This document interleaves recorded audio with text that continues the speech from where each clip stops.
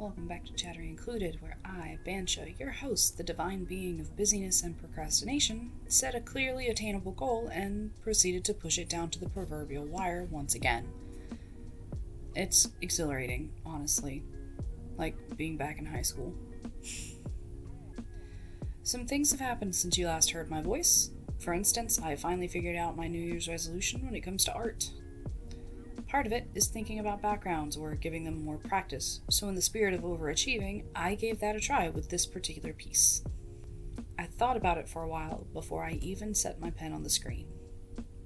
So, Epic the Musical dropped a few new songs a few days ago, and I don't think I've mentioned it here, but I've been fairly obsessed since I found it. So much so that I listened to all the songs that have been released in their entirety so far in a playlist on loop for 5-ish hours while working on this piece specifically. So she kind of became this kind of divine being herself.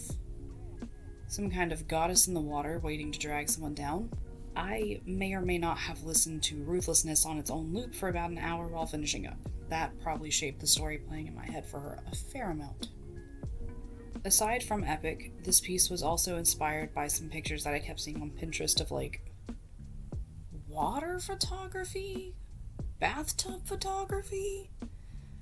I'm pretty sure that almost all of them had bathtubs, and I think some of them might have included milk. I'm pretty sure I've heard of a milk bath before. That's a thing, right? Either way, I'm not willing to research that one because I feel like a milk bath would give me weird search results and a weird historical background, and there's just some things I don't need to know. Actually, there are plenty of things I don't need to know, or want to know. So I'm gonna mind my own business on that one.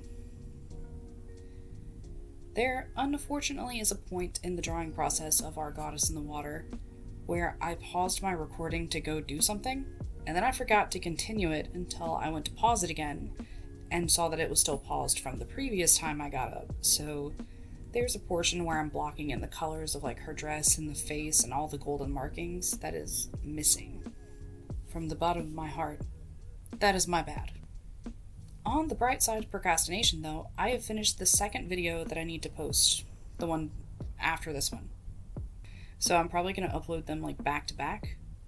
So that's something to look forward to. It's just me and Chen chatting it up while we flash up the year's worth of drawings in a box over the screen. Wow, that sounds really boring. So in that one I'm still doing the drawing thing, but there's a corner of the screen where I'm flashing up all the things that I've drawn, or at least posted on the channel throughout the year. Just the main drawing is more of a doodle than a work of art. But as things go, I think I'm ending the year on a pretty good note with this piece. This being the last serious thing I've drawn, I really like how she came together. Colors, pose, the idea, maybe not so much the hands. I struggled with the hands. It may seem obvious, but I always struggle with hands. And I wish I could have spent a little more time on the plants, but as per usual, by the end of a long process, I was getting sleepy and just kind of rushed through till I was done. I know a lot of people say you shouldn't start and end a piece of art in the same sitting, you should step away and refresh your eyes before finishing, and I get that logic, I really do. It's kind of like the same thing as flipping your canvas to make sure you're not getting fatigued with what you're drawing. And it makes sense. As you draw, you really do become blind to the flaws and mistakes, and you just kind of accept them for what they are and they look fine. But for me, personally, if I step away from something that I'm working on, I will 100% lose interest in it. Once I walk away, I'm either done or I'm not finishing it. Anyone else like that? Just me? And as per usual, I ran out of things to talk about well before my timer was up.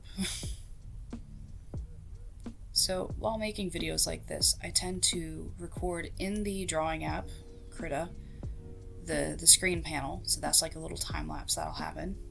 And so sometimes I'll post those on TikTok, so you can find me there. Sometimes I will post the finished product on Instagram, you can find me there. And for the most part, I usually post the ones on YouTube after recording them with OBS.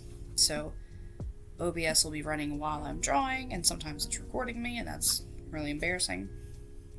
Sometimes it's auditorily recording me, and that is really embarrassing. I'm signing up for having the visual recording. But I use OBS to record the screen, or at least the program that I'm drawing in. And then I will take that and put it in a video editor, and I'll usually speed it up by 16. Some of the more complex pieces I've had to times by 16 speed, and then save the condensed version and re-speed that up. Sometimes by 16, sometimes only by like 4 or 8. Either way, it's its own whole process that I thought you might be interested in if you think you're going to start an art journey or some kind of hobby thing where you're recording yourself drawing and maybe posting it somewhere.